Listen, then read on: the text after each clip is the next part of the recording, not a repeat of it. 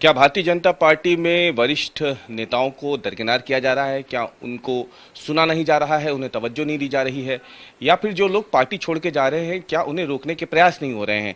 ये सवाल इसलिए उठ रहा है क्योंकि एक दिन पहले ही उमा भारती, जो कि पूर्व मुख्यमंत्री रह चुकी हैं, पूर्व केंद्रीय मंत्री और भाजपा की वरिष्ठ नेता हैं, उन्होंने आरोप लगाए हैं कि जन आशीर्वाद यात्रा जब प्रदेश में निकल रही है तो उनसे पूछा नहीं गया, उन्हें निमंत्रण तक नहीं दिया गया। लेकिन और भी कई भाजपा के नेता हैं जो इस पर सवाल उठा रहे हैं। हमारे साथ रघुनंदन शर्मा जी भी इस वक्त मौजूद हैं इस पर बात करने के लिए। कैसे देखते हैं आप उमा जी के इस बयान को? उनको बड़ा डर था इस बात का कि एक बारी से ही कम से कम मुझसे बात कर ली जाती जन आशीर्वाद यात्रा में, ना मेरा फोटो है ना मुझे बुलाया गया। देखिए, उमा भारती मध्य प्रदेश के जन नेताओं में सर्वोपरि नाम उनका रहता है और उसी में गिनी जाती है। किसी भी पार्टी का जन नेता यदि उपेक्षित होता है तो उसका प्रभाव जनमत पर पड़ता है। वर्तमान नेतृत्व को प्राथमिकता के आधार पर इन सब बातों को निर्धारित करना चाहिए। मुझे आश्चर्य है कि वर्तमान नेतृत्व प्राथमिकता उनकी क्या है, वरीयता उनकी क्या है, इसका वो विचार नहीं कर रहे हैं या विचार नहीं किया है। यदि विचार नहीं किया है तो ये चिंताजनक है। उमा भारती जी ने तो अपना दर्द व्यक्त कर दिया, मीडिया को बुला करके अपनी बात कह दी। हम तो मीडिया के पास जाते नहीं। कभी कभी मीडिया के बंधु यथार्थ जानने के लिए हमारे पास आ जाते हैं, तो जो सत्य है, सही है, शाश्वत है, यथार्थ है, वो बात हमें भी कहना पड़ती है। लुका छुपी जीवन में कभी की नहीं, इसलिए मैं लुका छिपी की बात नहीं करता। और मैं मान के चलता हूं कि उमा जी की पीड़ा सही है। वरिष्ठ नेता के कारण, जन नेता के कारण, भारतीय जनता पार्टी की विचारधारा के प्रति समर्पित नेता के कारण उमा जी से परामर्श करना चाहिए, उमा जी का सम्मान करना चाहिए। यद्यपि उमा भारती ही एक ऐसी नेता है कि जो सम्मान की भूखी नहीं है, लेकिन वो भले ही सम्मान की भूखी नहीं है, लेकिन उनका योगदान और उनकी निष्ठा, उनका समर्पण भाव, उनका प्रेरणा देने का योगदान अन्य किसी भी नेता से श्रेष्ठ है, बेहतर है। और इसलिए उन्हें यदि नहीं पूछा जाता है तो उनको ही पीड़ा नहीं, हमको भी पीड़ा होती है। आपकी भी पीड़ा है और कई और भी हमने बात किया आज लोगों से, उनका भी कहना था कि उनके क्षेत्र में विधान आशीर्वाद यात्रा निकली लेकिन उन्हें नहीं बुलाया गया। हम आपकी भी अगर हम बात करें तो किसी तरीके की कोई नीति निर्धारण को लेकर के बात हो, टिकटों को लेकर के बात हो, आपसे कोई सलाह मशवरा किया जाता? आप भी भाजपा के वरिष्ठ नेताओं में से शुमार तो हैं ही। अब आप लोग मानते हो कि मैं वरिष्ठ नेता हूं। पार्टी के वर्तमान में जो कर्ता धर्ता है वे माने तब ना। कार्यकर्ता मानते हैं, मीडिया मानता है, बाकी समाज के लोग मानते हैं। लेकिन अब यदि पार्टी के लोग नहीं मानते हैं तो उनको जबरदस्ती तो मनाया नहीं जा सकता। पार्टी खुश रहे, पार्टी के नेता खुश रहे, उसी में हमारी खुशी है। यदि पार्टी के नेता इसमें खुश हैं कि किसी वरिष्ठ से बात नहीं करना, तो हम भी खुश हैं उनकी खुशी में। लेकिन ये परंपरा जो डाली जा रही है, ये परंपरा ठीक नहीं है। ये परंपरा आगे आने वाली पीढ़ी के लिए प्रेरक नहीं है ना। आगे आने वाली जो पीढ़ी है वो अपने वरिष्ठ के बारे में क्या सोचेगी? वो भी इसी प्रकार का संबंध रखेगी। मुझे नरेंद्र सिंह तोमर जी का फोन आया। आप जानते होंगे, नरेंद्र सिंह नाम के एक नेता मध्य प्रदेश में है हमारे पार्टी के। उनका फोन आया कि भाई साहब आपसे मिलना है, बात करना है। मैंने कहा जरूर आइए, स्वागत है। मुझे बुलाएंगे मैं आ जाऊंगा, आप आएंगे तो स्वागत है। 1 महीने से अधिक हो गया, उनको फुर्सत नहीं है। 39 लोगों की सूची जारी कर दी। तो मुझे तो यह भी आश्चर्य हुआ कि इतनी जल्दी क्या पड़ी थी। समय से पहले जो प्रसव हो जाता है ना, तो समय से पहले प्रसव प्रसूता को भी कमजोर करता है और उस प्रसव शिशु को भी कमजोर करता है। ये सामान्य सिद्धांत है। इससे महत्वाकांक्षा लोगों की जो जगी हुई थी उनको विद्रोह करने का अवसर मिलता है। पहले भी इस प्रकार का होता था कि हम कई लोगों को चुनाव लड़ाने के बारे में निर्णय तक पहुंच जाते थे कि इस व्यक्ति को उस क्षेत्र से चुनाव लड़ाना चाहिए। तो मैंने तो वरिष्ठतम लोगों के साथ अंतरंग रूप से काम किया है। जो बातें बाहर कहीं नहीं बताई जा सकती थी वो सारी बातें मुझ तक रहती थी, मेरे पास रहती थी, मेरे से परामर्श होता था। कुशाभाऊ ठाकरे हो, प्यारेलाल खंडेलवाल हो, नारायण प्रसाद गुप्ता हो, कैलाश जोशी हो, सुंदरलाल पटवा हो, इनमें से कोई नेता ऐसा नहीं है जिनके साथ हमारी अंतरतम बातें न हुई हो और निर्णय भी हमने साझा न किए हो। भले ही मैं छोटा कार्यकर्ता रहा हूं और अभी भी मैं अपने आप को छोटा ही कार्यकर्ता मानता हूं, भले ही आप वरिष्ठ कहें, लेकिन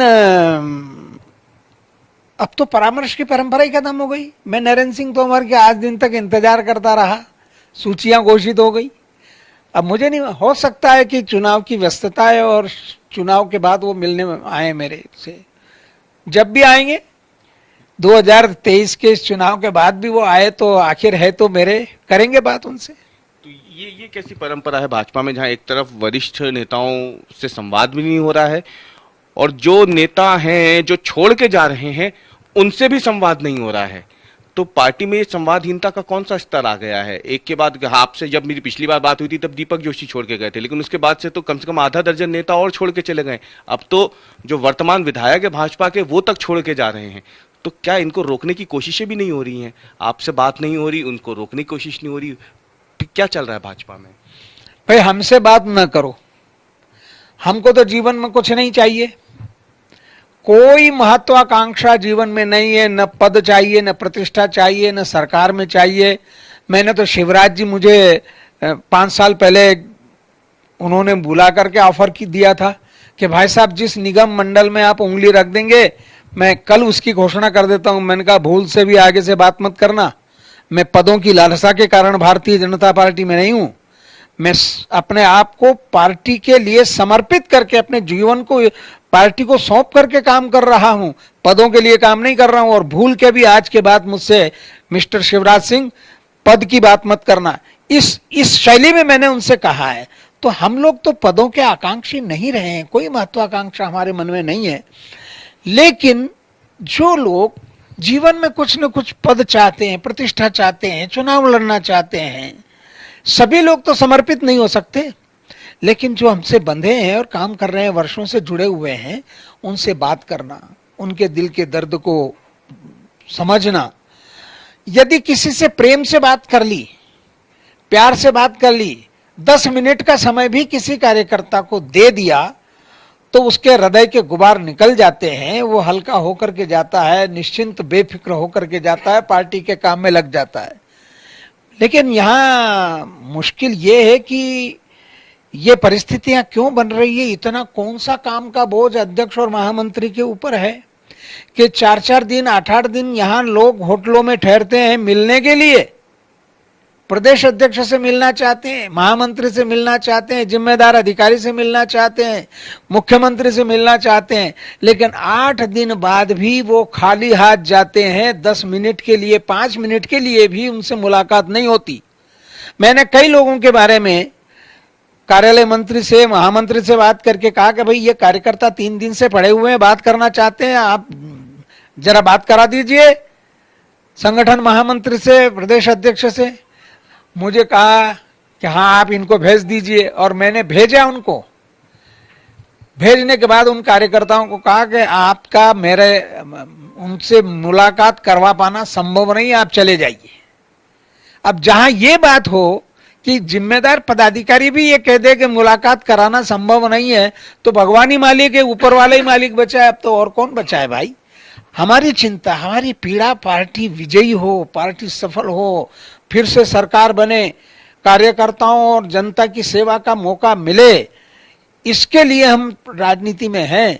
तो यदि इसके लिए राजनीति में है तो पराजय झेलने के लिए राजनीति में नहीं है, विजय के लिए है, सफलता के लिए है। सफलता और विजय में सेवा भी छिपा है, समर्पण भी छिपा है और राष्ट्र और संस्कृति के साथ न्याय भी छिपा है। तो रघुनंदन जी, कैडर की पार्टी मानी जाती है भारतीय जनता पार्टी, तो कैडर का बड़ा ध्यान रखा जाता है। अभी अमित शाह आए थे, प्रधानमंत्री आए थे, उन्होंने भी कहा था कि कार्यकर्ता की बदौलत ही हम जीतते हैं। लेकिन क्या वजह है कि भारी भरकम शीर्ष नेतृत्व जो है इस समय वो मध्य प्रदेश में ही है। तमाम बड़े नेता लगातार एमपी आ रहे हैं, इतने सारे प्रभारी भी मध्य प्रदेश में बनाए गए हैं, तो फिर क्यों इतने लोग पार्टी छोड़ के जा रहे हैं? क्या ये इनको नहीं पता, या इनसे बातचीत नहीं हो पा रही है, मुलाकात नहीं हो पा रही है, या उन तक संदेश नहीं पहुंच पा रहा है? भाई रवीश जी, आपको मैं ये कहना चाहता हूं कि मैंने दीपक से बात की। दीपक को मैंने बुलाया, मेरे मन में पीड़ा थी कि ये कार्यकर्ता भी टूटना नहीं चाहिए। संगठन में कार्यकर्ता बड़ी मुश्किल से जुड़ता है, उसको गढ़ा जाता है, उसको संस्कार दिए जाते हैं, उसको विचारधारा दी जाती है, उसको पार्टी की फिलॉसफी समझाई जा सकती है, समझाई जाती है। उसके बावजूद कोई पार्टी का कार्यकर्ता पार्टी छोड़ने का विचार करता है तो कहीं न कहीं वो अपमानित हो रहा है, उसको सम्मान प्राप्त नहीं हो रहा है, या उससे संवाद नहीं हो पा रहा है। ये बहुत छोटी छोटी बातें हैं। सम्मान भी मिलना चाहिए और संवाद भी होना चाहिए। अब दीपक को बुलाया तो वो खुश था, तो वो कहने लगा कि ये इतने प्रेम से मुझे पार्टी के वरिष्ठ लोग यदि बुला लेते और बात कर लेते तो मैं अपमान महसूस नहीं करता, शायद मैं जाने के बारे में पुनर्विचार करता। यही बात मैंने भंवर सिंह शेखावत को कही तो उन्होंने कहा, पहले आप आदमी हो जिसने मेरे से बात की है, पार्टी के किसी व्यक्ति ने मेरे से बात नहीं की, पहला फोन आपका आया है। सीताशरण जी के भाई गिरिजा शंकर शर्मा हमारे 2 बार के विधायक रहे, वरिष्ठ नेता है, सारा परिवार हमारा समर्पित परिवार है।